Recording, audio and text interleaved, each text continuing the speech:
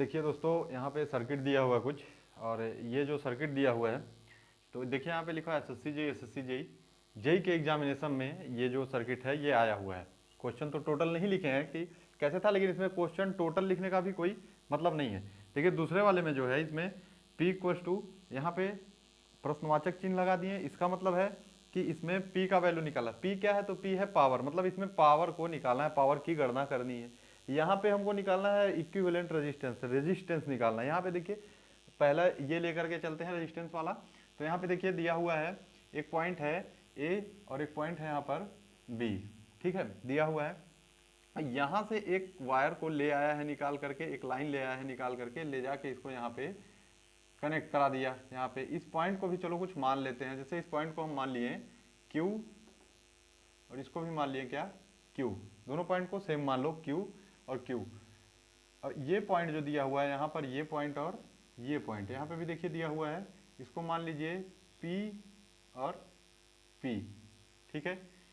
अब ये एक ही था वायर, ठीक है ना, तो इसको हम क्यू क्यू कर लिए। ये वाला एक ही था इसलिए इसको हम पी पी कर लिए। समझिएगा ध्यान से, है कुछ नहीं, बहुत सिंपल सा है, लेकिन भटक जाता है आदमी इसमें, अक्सर भटक जाता है आदमी इसमें, ऐसे ऐसे क्वेश्चन में। ये सब सिंपल सिंपल सर्किट है, इसमें है कुछ नहीं। देखना है हमको इसमें क्या कि जो आर दिया हुआ है यहाँ पे 3 आर लिखे हुए हैं, 1 2 3, 3 रेजिस्टेंस।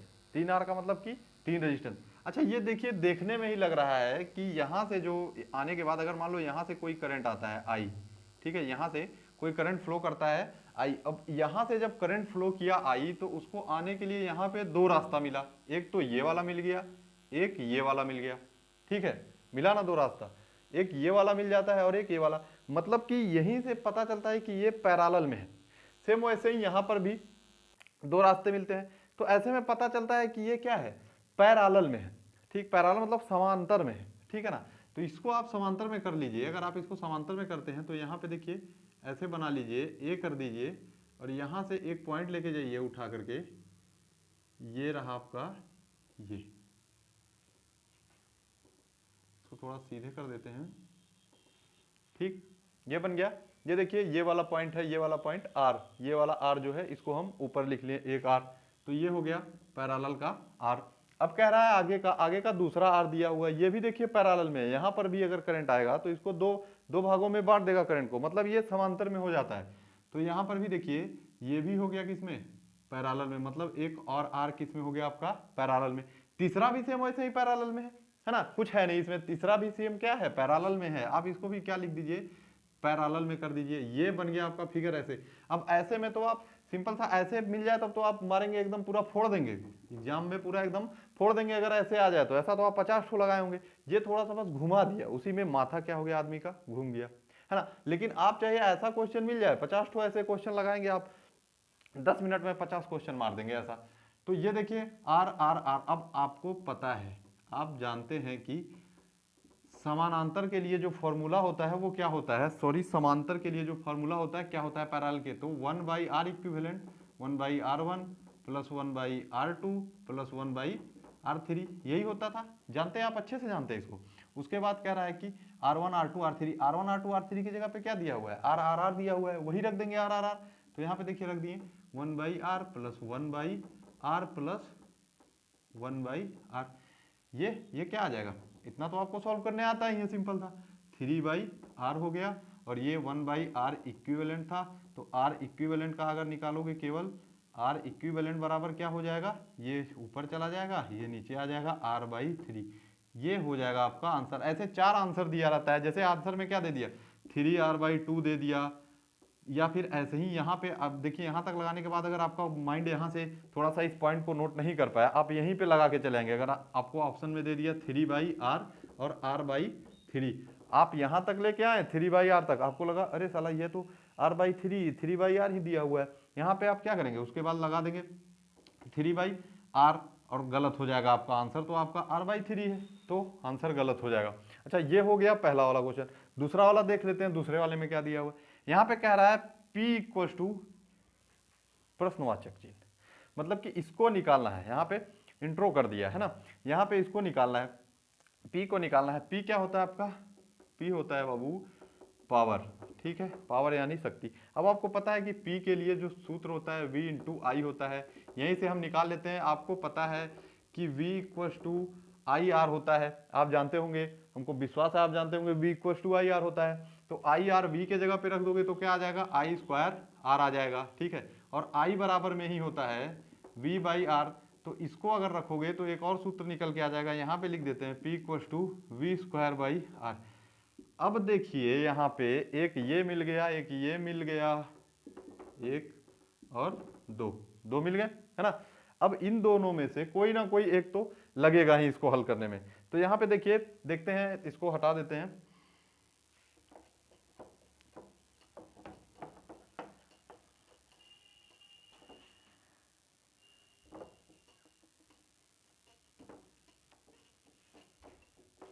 देखिए इसको आप करेंगे तो यहाँ पे देखिए ये एक ब्रिज जैसा बनाया, आप पढ़े थे व्हीट स्टोन ब्रिज, ऐसा टाइप का आप पढ़े थे पहले 12th में आप पढ़े थे इसको, व्हीट स्टोन ब्रिज को। उसमें क्या होता था, जब ब्रिज का कंडीशन आ जाता था, किसी भी सर्किट में अगर ब्रिज की कंडीशन आ जाती थी तो वहां पे क्या होता था, जो बीच का वैल्यू रहता था, जहां पे बीच में रहता था जो रेजिस्टेंस, उसमें जो करंट जाता था उसका वैल्यू 0 हो जाता था, ठीक है। यहाँ पे दो रेजिस्टेंस बीच में गए, ये देखो पैरेलल में है, अगर इसको आप सॉल्व करोगे 2 ओम 2 ओम का 1 ओम का पैरेलल में हो जाएगा। इस सर्किट को आप ऐसे भी तो बना सकते हैं, देखिएगा यहाँ पे, इस सर्किट को आप ऐसे भी तो बना सकते हैं। अगर यही सर्किट ऐसे दे देता, ठीक है, 1 ओम करके 2 ओम करके 2 ओम करके 2 ओम करके 2 ओम करके, तो इस वाले में क्या जाता, करंट जो जाता वो टोटल जितना जाता करंट विल बी 0, ठीक है। इसमें क्या होगा, 0 होगा, करंट इसमें क्या होगा, 0 होगा। मतलब इधर से कोई धारा प्रवाहित नहीं कर रही है। अगर इसमें कोई धारा प्रवाहित नहीं कर रही, इसमें 0 है, तो बचा क्या आपका, फिर बचा ये और ये और ये। अब ये कैसे कैसे बचा, इतना बचा, देखिए 2 ओम 2 ओम 2 ओम 2 ओम, यही तो बचा। अब क्या होगा, यहाँ से अगर कोई करंट मान ले आती है, तो यहाँ से करंट अगर कोई आती है, इसको मान लीजिए 0, ये 0 हो गया, ये टोटल ये पार्ट जो है ये 0 हो गया।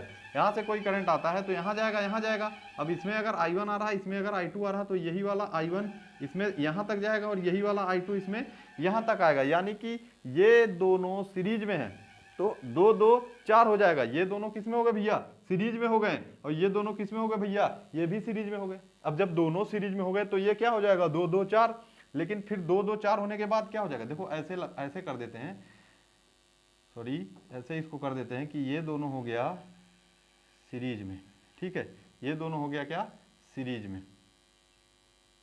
तो 2 2 मिला करके क्या हो गया, 4 ओम, और 2 2 मिला करके क्या हो गया, 4 ओम। ये दोनों हो गया सीरीज में, 2 2 मिला के 4 ओम, 4 ओम, 2 2 मिला के 4 ओम, 4 ओम हो गया। अब फिर 4 4 ओम किस में हो गया, पैरेलल में हो गया। ये देखिए यहाँ पे पैरेलल में है ना, पैरेलल में। फिर ये जब पैरेलल हो जाएगा तो 4 4 को निकालोगे, पैरेलल आपको निकालने आता होगा, 4 4 का क्या हो जाएगा, तो आधा हो जाएगा, मतलब 2 ओम हो जाएगा। पैरेलल कैसे निकालते हैं, आपको पता है कि R1 इंटू R2 बटे में क्या होता है, R1 प्लस में R2, यही तो होता है, यही तो आपको पता है ये चीज। अब देखिए 16 कर दिया, 8 कर दिया, उसके बाद क्या हो गया, 2 आ गया, 2 पहले लिखे थे, यही 2 आ गया, है ना। तो आपको पता चल गया कि R इक्विवेलेंट, मतलब R का जो वैल्यू आ रहा है, R का जो वैल्यू आ रहा है वो कितना आ रहा है, 2 ओम। अभी हमने इस R को सॉल्व कर लिया। अब कह रहा है P निकालना है 24 वोल्ट। आपको पता है कि P equal to V square by R, अभी यहीं पे लिखे थे, यहाँ से बना करके अभी हमने लिखा था कि P equal to V square by R होता है। तो V का वैल्यू आपको पता है 24 वोल्ट, देखिए क्वेश्चन में ही दे रखा है 24 वोल्ट, मतलब वी स्क्वायर 24 इंटू 24, और R का वैल्यू कितना दिया हुआ है, 2 ओम। यहाँ से इसको आप अगर हटा देंगे तो ये चला जाएगा 12 बार, ठीक है, 12 दूनी 24 होता है, और 12 का इसमें अगर गुना कर देंगे तो ये आपका आ जाएगा 288, और किस में आ जाएगा, तो वॉट में। वॉट में क्यों आएगा, वॉट में क्यों आएगा, क्योंकि P जो है यहाँ पर पावर है, पावर का यूनिट क्या होता है, वॉट होता है, तो इसलिए आ जाएगा किसमें, वॉट में। तो ये हो गया आपका आंसर। तो ये था दोनों आपका क्वेश्चन। इसको अगर आप सॉल्व करना चाहते हैं, देखना लिखना चाहते हैं तो लिख लीजिए, बाकी हम अगला क्वेश्चन बताते हैं इसके बाद आपको।